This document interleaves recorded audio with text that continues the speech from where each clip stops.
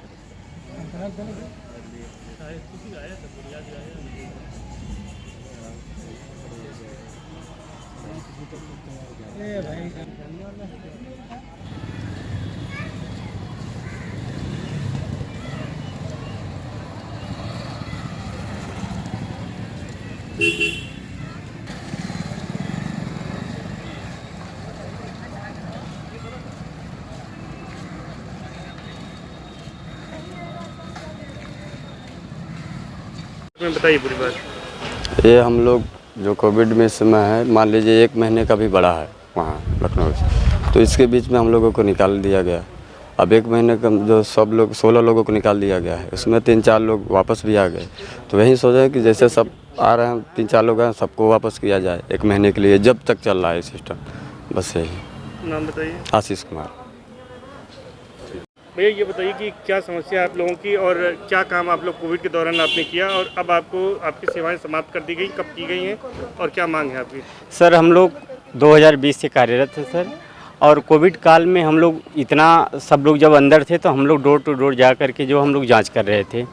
इसके बाद सर हम लोगों की पेमेंट भी बीच में रोक दी गई, किसी धरना प्रदर्शन किया गया तो दिया गया। फिर इसके बाद 4 महीने की पेमेंट रोकी गई और बिना बताए सर हम लोगों को अचानक रोक दी गई।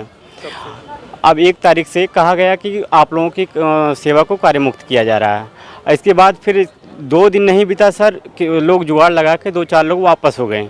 तो सर जो बिना डिग्री के उन लोगों को वापस किया जा रहा है, हम लोग जो है डिग्री धारक हो गए। सर 46 लोग थे। कितने लोगों को निकाला गया? 16 लोगों को सर निकाल दिया गया है। कितने वापस किए गए? सर 4 लोगों को अभी 2 तारीख को वापस कर दिया गया है और बाकी हम लोग जो डिग्री धारक हो के हम लोगों को नहीं रखा जा रहा है। क्या मांग है आपकी?